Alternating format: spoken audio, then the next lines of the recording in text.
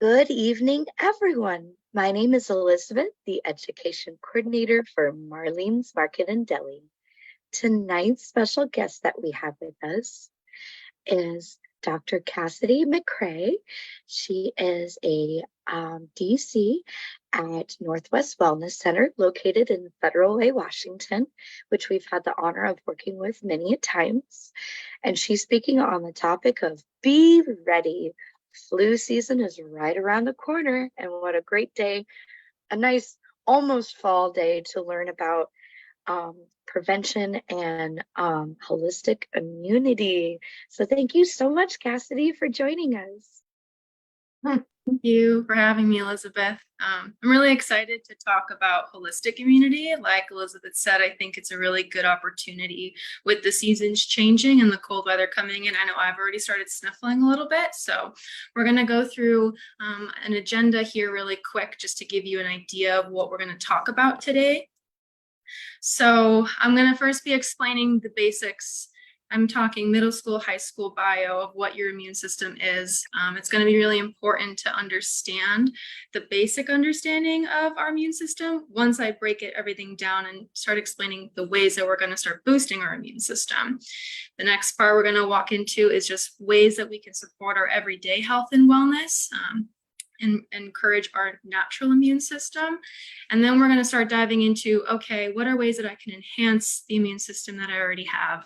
And then at the end, there'll be a closing moment and questions. And I'm also going to be providing all of the references of everything that I mentioned, whether that's research articles or news articles or databases, anything like that at the end. So if you have any more questions, you can feel free to take a picture of it and read the articles for yourself. Okay, so a big thing that I love to do with my patient care is educating. I think that giving you guys the opportunity to educate yourself and learn about your health, that's the most empowering thing. So let's get into it. So like I said, first and foremost, I want to talk about the basics of immunity.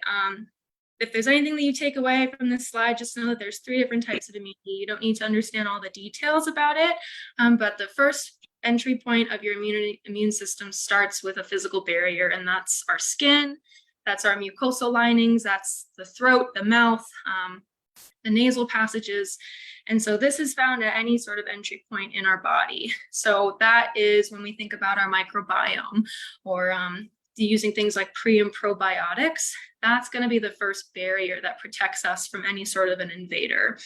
Anything that surpasses that barrier, the second step of your immune system is going to be what we call the innate immunity. And this is something that impulsively acts quick on any sort of an invader. So these are going to be the things that we hear called white blood cells, neutrophils, macrophages, all those other cell names that you've heard of. These cells are found in your lymph system. They're found in the blood circulating around.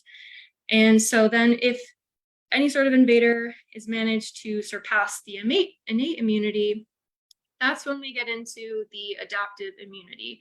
Adaptive immunity, when we think of the word providing immunity, we think of getting either immunizations or having immunity against something. That's where we get into the topic of antibodies and antigens. I'm not going to go into major detail about the adaptive immunity. What we're going to focus on a lot today are ways that we can protect and strengthen our physical barrier as well as our innate immunity. Okay. So the next section, we're going to talk about ways to strengthen that innate immunity and that skin barrier through every day just by changing your behaviors. Okay, so we're going to talk about basic ways to support your health. And the first and foremost is going to be hand washing. And I feel like over the last few years, this has been something that has really just been sent home really strong. But just as a reminder, the number one way to prevent any sort of infection is by washing our hands either before or after preparing food, after coughing or sneezing, or using the restroom, anything like that. And why that's important is we don't realize how many times throughout the day that we touch our face, we touch our eyes, we shake people's hands, and then we wipe our mouths. And back to that initial slide, the number one initial way that infections can get past us is through our mucosal linings. So keeping your hands clean is going to be a good way to prevent any sort of infection or sickness. The next is just making sure to promote wellness and health is just staying adequately hydrated. So I put the daily recommended dosage of water intake for men and women on the slide here, and that's going to change depending on if we live in a drier climate or in Seattle. It's pretty wet here all the time, but you should still be drinking a lot of water. And just for overall health, glass and stainless steel are going to be more healthy options than plastic reusable water bottles. The next one is going to be just making sure that we get adequate sleep every single night. So anywhere from 8 to 10 hours of sleep every night, making sure that you're also falling asleep and waking up around the same time every day. Having a consistent sleep schedule is one of the founding pillars of having really strong health. Other ways that we can promote really good sleep hygiene is avoiding caffeine 8 to 10 hours before bed. I know we want to have the 3 p.m. pick me up, but you'll maybe see that if you really start to prioritize your sleep hygiene schedule, you might not need as strong of a caffeine kick around that 3 p.m. crash that a lot of people feel. And we want to avoid looking at bright overhead lights if you have like low lampshades that you could be using, or dimming your lights before bed, and making sure that you're sleeping in a cold environment, okay? Other ways that you can just support your general health and wellness and immunity is going to be to exercise regularly. So it's recommended that most adults get 150 to up to 300 minutes a week of zone 2 cardio. And that's a really broad range of time. It just is dependent on how active you are as a person. But the main send home point is that we just need to be moving more. A lot of people live very sedentary lifestyles with our jobs, just either sitting at a desk or driving for a long time. So having any sort of physical activity or movement is going to be your best friend. And if you can manage to incorporate any sort of muscle strengthening, whether that be climbing stairs for resistance or using an elliptical machine, or even climbing uphill if you have like an outdoor walk that you do, or banded exercises, anything like that. Swimming is another really good low impact resistance strength training that you can incorporate. The next one is going to just be making sure that we have adequate nutrition. So this is going to be really colorful plates, lots of fruits, lots of vegetables. We're going to choose a meat, make sure that it's a lean meat like a fish or a poultry. And it might be interesting to even try considering a plant-based diet 2 to 3 days a week and see how that just lowers overall inflammation in us overall, okay? And this last one is something new that not a lot of people have heard about, but getting daily sunlight. So getting daily sunlight is this new and emerging research that they're looking into of how exposing ourselves to morning sunlight and afternoon sunlight can actually really help to set our circadian rhythms hormonally and contribute to the times of days that we get tired or we have more energy, or that things like adrenaline or cortisol get released. And those things do more than just wake us up and make us feel energized, but it also controls when different immune functions get released in our body. So the recommended dosage for daily sunlight is in the morning, first thing in the morning. If it's a really bright day out, 5 to 10 minutes of sun exposure. Try not to do it through a window if you have like a balcony or some way that you can step outside. Getting 5 to 10 minutes of that, or if it's cloudy, 15 to 20 minutes. And then sometime in the afternoon, again, trying to get 5 to 20, depending on if it's cloudy or sunny, minutes of sunlight exposure, okay? Next is going to be stress management. And the interesting thing about stress management is that your body doesn't really understand a difference between stress of running away from a bear or stress because a bill hasn't been paid or an assignment's due, or any sort of friendship or family issue. Your body just perceives stress. And if you've ever been a student in school, you know that everybody on campus or everybody in your office, for example, before a project is due, might not be getting sick, but as soon as that project's done and all that stress goes away, that's when we get sick. As soon as you've handed an exam or you complete a project or you do something that's been very stressful, a lot of times our body, we feel like we come to a crash. And what that is that low dosage, high levels of stress for a short amount of time can release adrenaline in our bodies, and that can help combat a lot of anti-inflammatory responses, okay? The issue is that when there's long-term stress, that can inadvertently lead to a decreased immune system. So you're kind of walking this little line between the perfect amount of stress. So a lot of ways to manage your stress would be meditation practices, journaling, reaching out and getting mental health counsel services. So any of those things along those lines.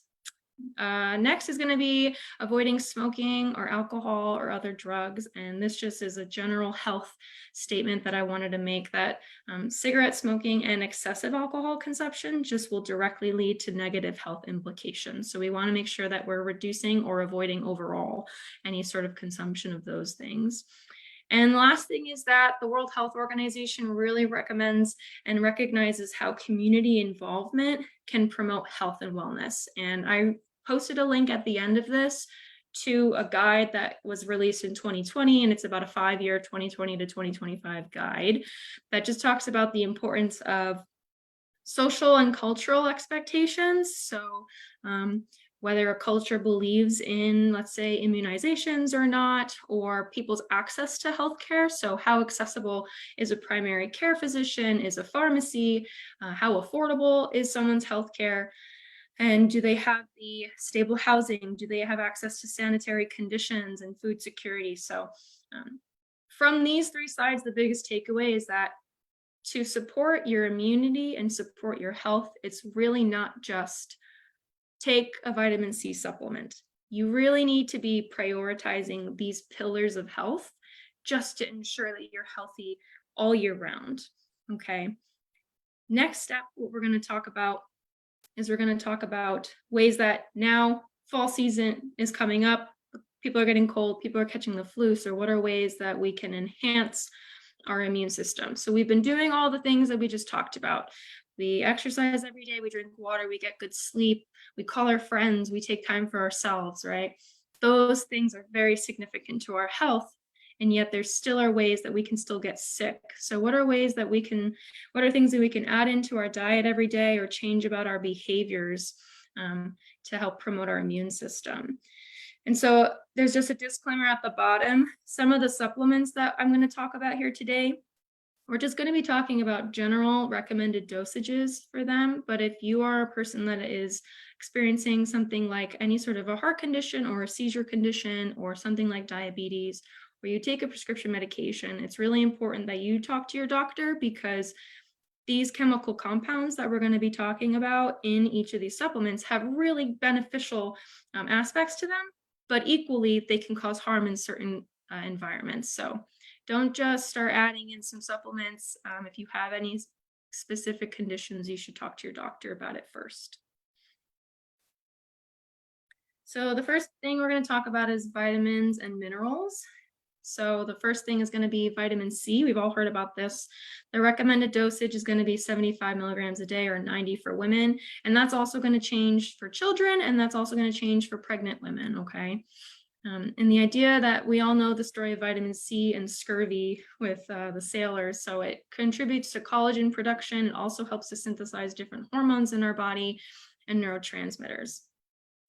Next is going to be vitamin D, especially for people in the Pacific Northwest. Supplementation of vitamin D is going to be a really strong thing to add into our everyday supplements.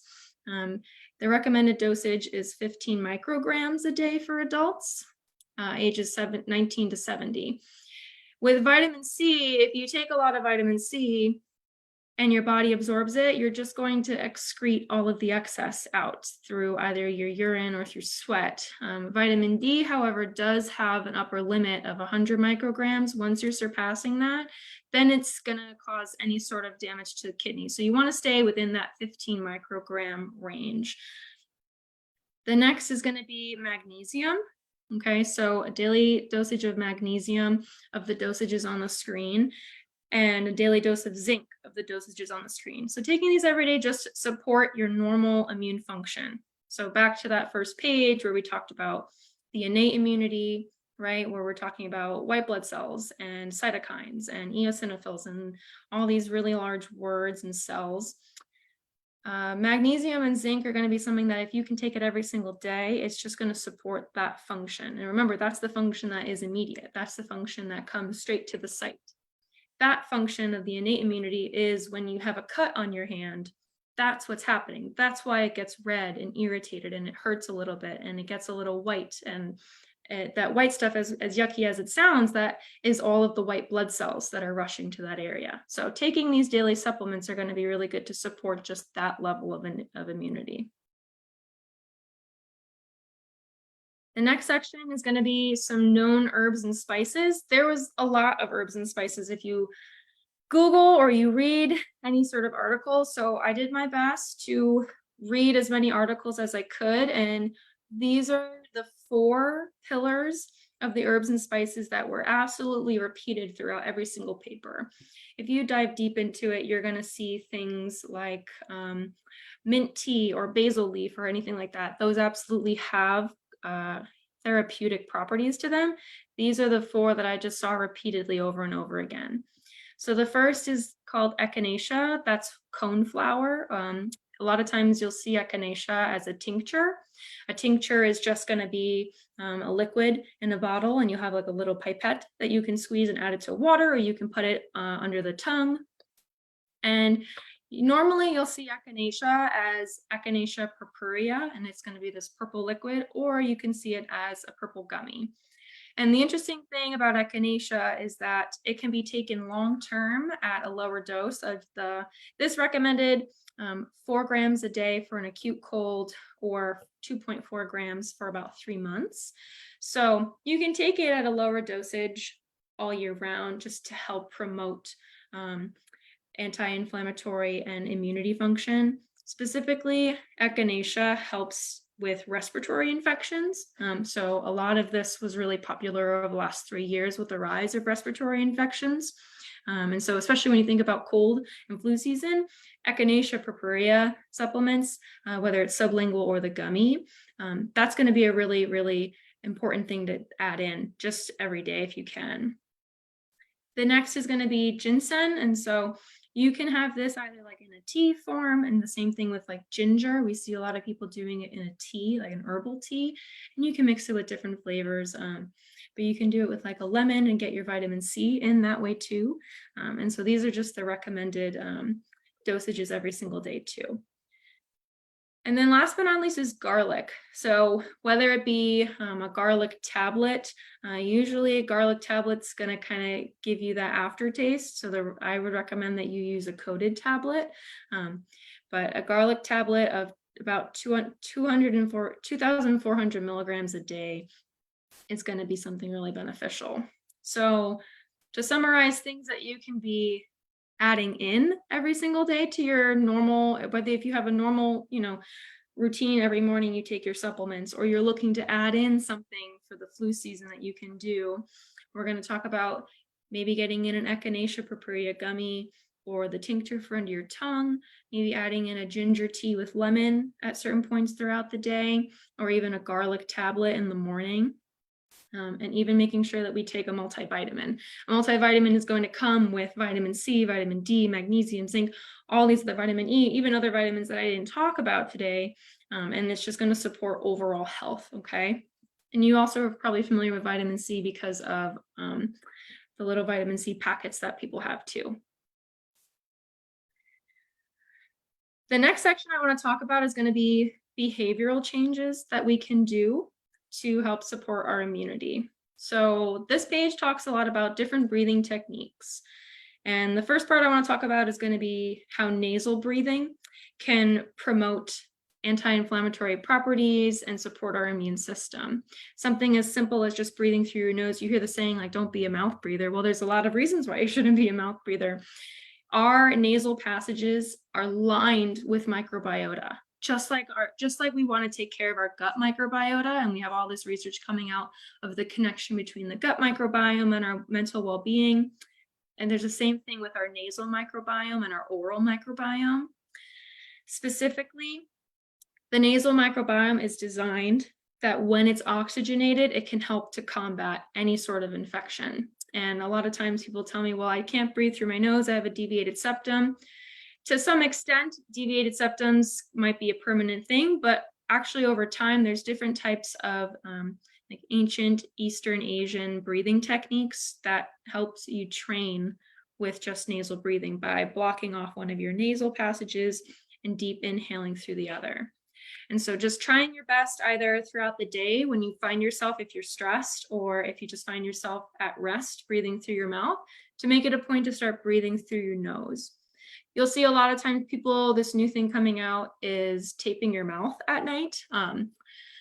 If that's something, if you don't have a hard time breathing through your nose, that's a product that you can look into. The obstacle with that is that it might disrupt your ability to breathe well enough to get good sleep. And we just talked about earlier is having good, adequate sleep directly affects our health. So it's kind of a catch-22, but if you're interested in trying those, you can either just take a piece of tape and put it right over the top of your lips there. That way you can still breathe through your lips, or you can buy special products for taping your mouth closed at night. But most of this is just going to be at rest throughout the day. What are ways that I can enhance my microbiome and use my body the way that it's designed and use it what it's for? And these nasal passages are designed to protect us against invaders. Okay. And this next one is really interesting. It's called cyclic hyperventilation. You might have heard it as Wim Hof breathing or Tumo breathing. And I'm going to spend a couple minutes here talking about this cyclic hyperventilation. There's been a lot of research, especially out of Stanford, coming out with types of breathing and breathing protocols. How can we use our breath to promote our nervous system? And what I found really interesting about these papers that I was reading is that there is a direct relationship between our nervous system and our immune system. And we have the power to harness that relationship through manipulating the way that we breathe.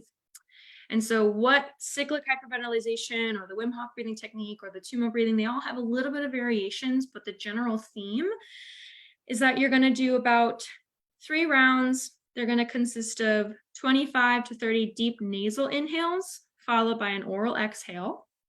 And then you'll do one final deep exhalation, and then you'll breath hold at the end until you feel the urge to breathe. And I'll demonstrate this just for a few breaths here. So you're going to breathe in.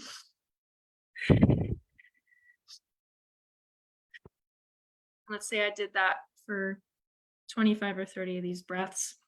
Notice at the end, I'm going to take one big breath, then I'm going to exhale all the way out.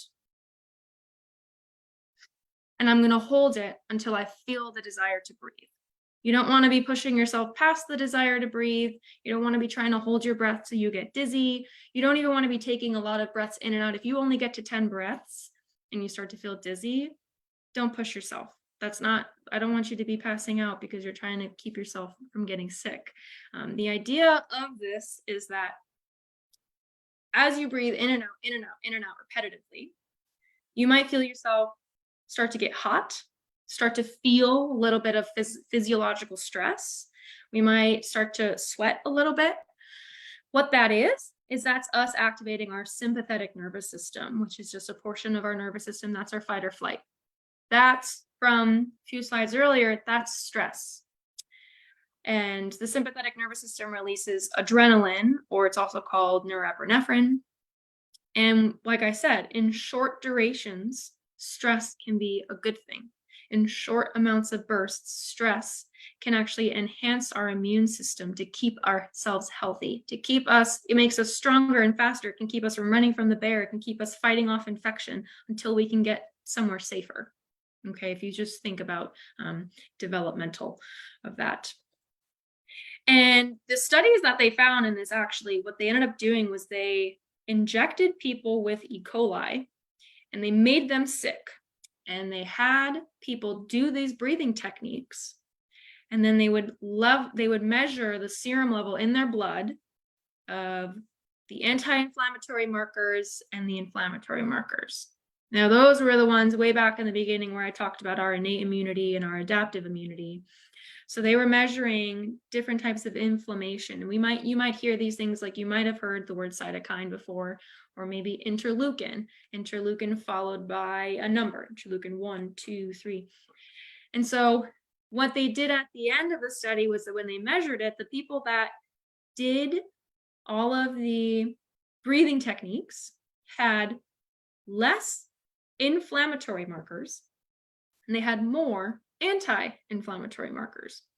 And I think the most important thing is, even though their blood showed that, they themselves reported far less sickness symptoms. So they didn't feel as fatigued. They didn't feel as muscle achy. There was far less of a fever, right? They didn't have the nausea. They had an appetite. All of those things that when we think of ourselves as getting sick, those are the behaviors that we think of. And so what the recommendation is that when you start to feel yourself getting sick, you start to feel yourself getting a stuffy nose, or you have a headache that you normally usually don't have, or a cough or a tickle in your throat, trying to incorporate maybe in the morning and at night just these types of breathing techniques has been shown to show a lot of anti-inflammatory protocols like this, and it'll keep you from getting sick as you normally would. The one thing, though, when you think about breathing protocols is, like I said, there's a level of deep breathing where you can get really dizzy from it. So you don't want to be doing this while you're driving a car. You don't want to be doing this while you're near any body of water. And like I said, you don't need to push yourself to feeling dizzy or like you can't breathe anymore. Just go within your limits of your realm, especially if you have any sort of like a respiratory condition. I would say avoid this, but to the general healthy individual, this is a really good, non-invasive, just non-expensive behavioral change that you can try. Okay. So we talked about nasal breathing and we talked about cyclical hyperventilation as two different behavioral ways that you can enhance your immune system. Next, I'm going to talk about, there's been a lot of new research about the benefits of acupuncture. Okay, and what I'm talking about here on this slide is I'm citing a paper that it was titled A Neuroanatomical Basis for Electroacupuncture to Drive the Vagal Adrenal Axis. And that's a lot of really big words. What it is, essentially, is that our body is encased in fascia. The muscles of our body are encased in fascia. And you can think of fascia is this really fibrous connective tissue. I compare it a lot to like when the back of when you buy a rack of ribs and you have to peel off that skin. It's really fibrous and stiff and sticky. And fascia can be, it's ever changing in our body. Our body has the ability to lay down fascia, more of those cells in one area than it does another. And they have found that there's actually electroactivity throughout our fascia. And so a lot of times when you see acupuncture, they have little e-stim machines on them. And what they're doing is they're trying to influence the electroactivity within the fascia of whatever area that needle is in. And so what this study particularly, which I thought was really amazing, because what this study really showed is we believe for a long time that acupuncture has healing properties, but we didn't really understand what or how. And so for there to be this evidence that what we believed is true, and there's this like mechanistic model to it, I think it just combines Eastern and Western medicine a lot. And I think that if anything, it's just going to help people more. So they found that there's different points in our body, in our fascia, specifically in our lower limbs, and in our calf or in our ankle and our leg, that have a direct connection, a direct wire connection to a part of our brain, which turns on a switch, and then that part of the brain has a direct connection to our adrenal glands, which sit on our kidneys. And our adrenal glands are responsible for releasing the norepinephrine, epinephrine, or dopamine.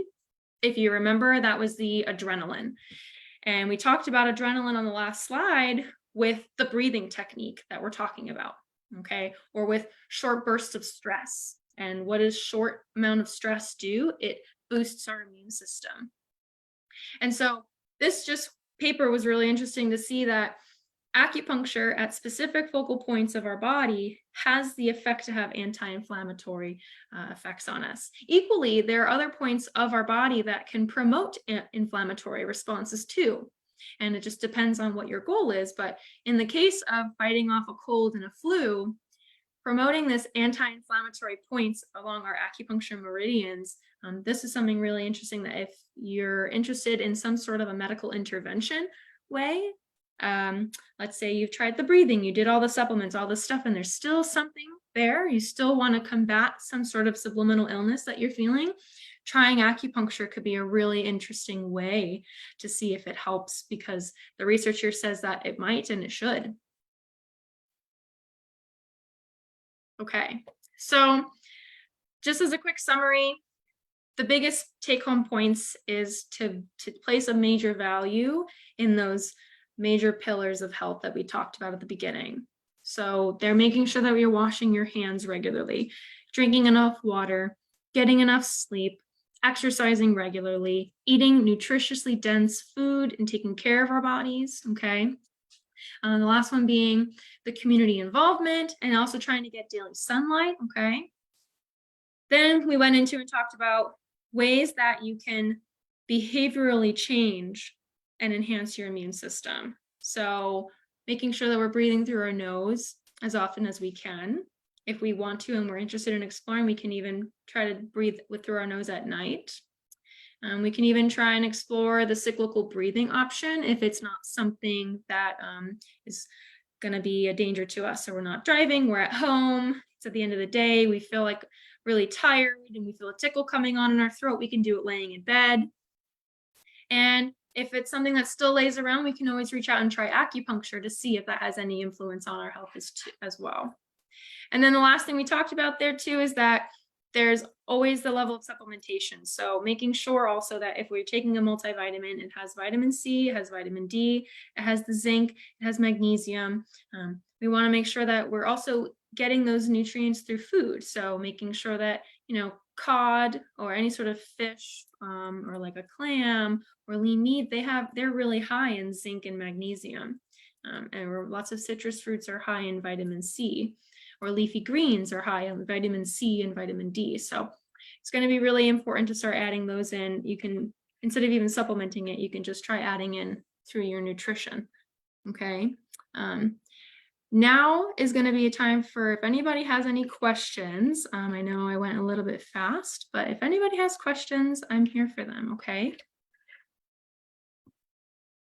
Thank you so much, Dr. McCrea. That's fabulous.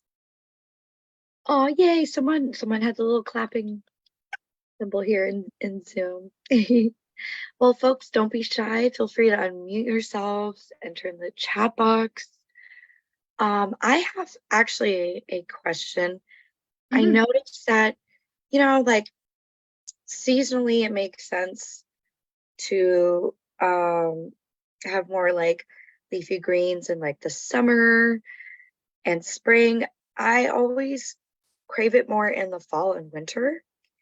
And I'm wondering if it's because I'm already getting all those nutrients in the spring and summer. So my body's like, you don't need the leafy greens, but I crave hot greens in the winter. Yeah, I mean, especially if you start thinking about like traditional Chinese medicine, there's even foods that make you warm and foods that make you cold. And then with the colder months and all that stuff. So the dark, like you're saying, like warmed leafy green vegetables or like a roasted potato or some sort of a warmed dish can help to combat a lot of like inner viruses or inner fevers and things like that. Yeah. Wonderful. Oh, what are your thoughts on fire cider?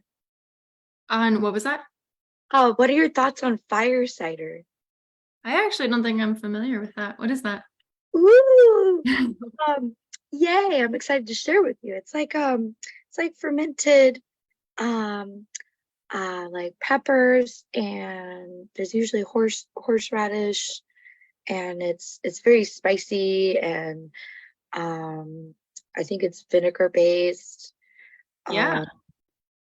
Just from the sound of it, it sounds like it has a lot of probiotics in it with the fermentation process. And to think also too, when you eat really spicy foods, like what does that do? Is that a level of stress, that short exposure, right? Think about that. You just blew my mind. Yeah.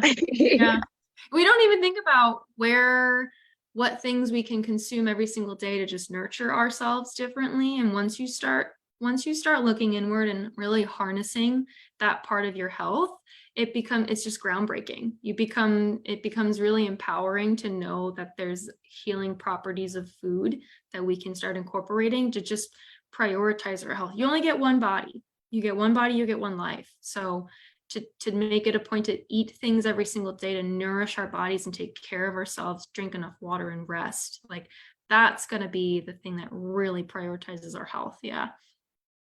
Definitely. Oh, thank you, Dr. McCrea. Yeah, thank you so much for having me. I know that I have some people viewing all over the country, so thank you guys for tuning in and supporting me.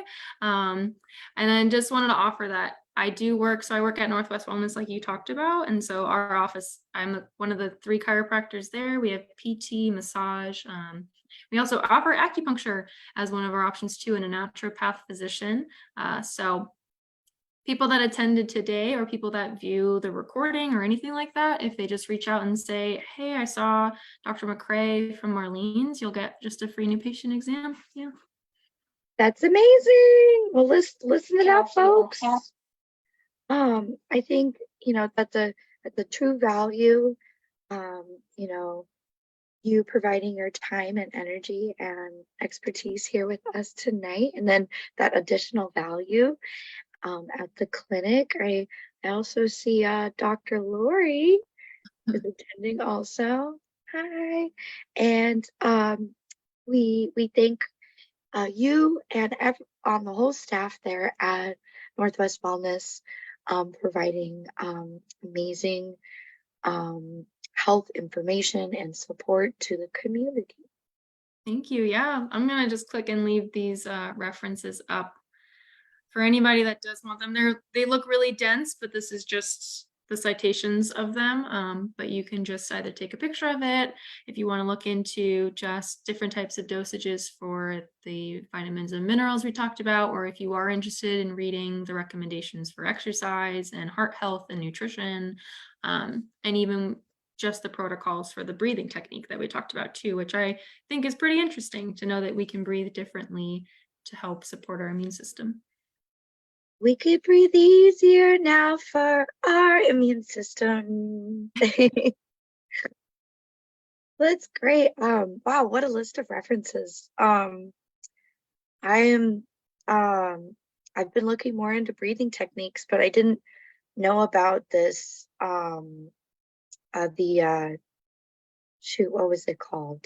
I know one of the styles was the Wim Hof method. Wim Hof or cyclical breathing or Tumo breathing. Cyclical. It makes sense though, because avoiding the saber-tooth tiger, you're breathing and then you get a little bit more energy, like our ancestors did. And yeah, it's like getting back to the basics. Yeah, I think everybody's really interested in, well, it used to be that people just really wanted a quick fix. And so that's why, again, like the way that I like to practice with patients that I treat is to empower them to harness their body's ability to heal itself. Absolutely, absolutely, you need medical intervention at some capacity, but we can do things in the meantime to support our health and wellness until we get to a point where maybe we do need medical intervention. Exactly. Prevention is best before intervention. Yes. Oh, wonderful. Well, thank you so much, Dr. McCrea. I'm going to check here on Facebook Live, see if there's any questions floating around. Feel free, folks, here in the meeting to unmute yourselves or ask a question while we have our lovely expert here.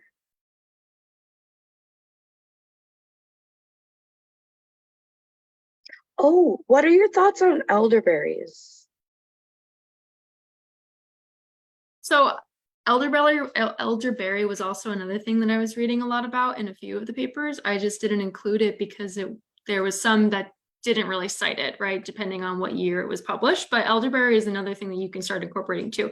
It's in the same, it would be like in the same aisle of supplements as the Echinacea purpurea tincture, right? So usually it's like an elderberry echinacea combo is what you see. And it's delicious. Yeah, yeah. You just don't get on your clothes because it won't come out. Exactly. My Yeah. my grandmother would make a elderberry pancake syrup. Oh, that sounds really yummy. You could even do like elderberry if you take the tincture and you put it in a ginger lemon tea, and it just kind of combines everything together. Yeah.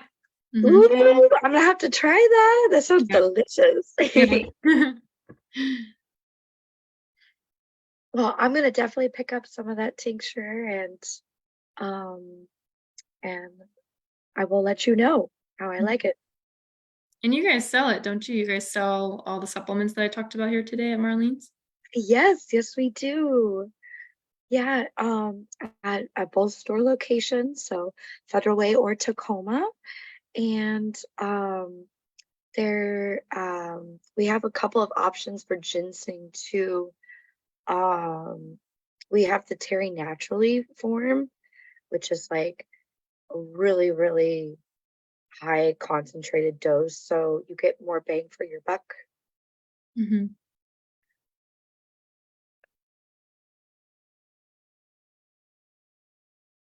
And let me see. All right. Well, folks, please feel free to reach out to Northwest Wellness to get in touch with them for that free new patient session. I've put the website in the live stream and also here in the meeting chat. But we thank you. We're going to say goodbye to our Facebook Live friends. And thank you again, Dr. Cassidy McCrea and Northwest Wellness Center. Thank you guys. Thank you. Thank you.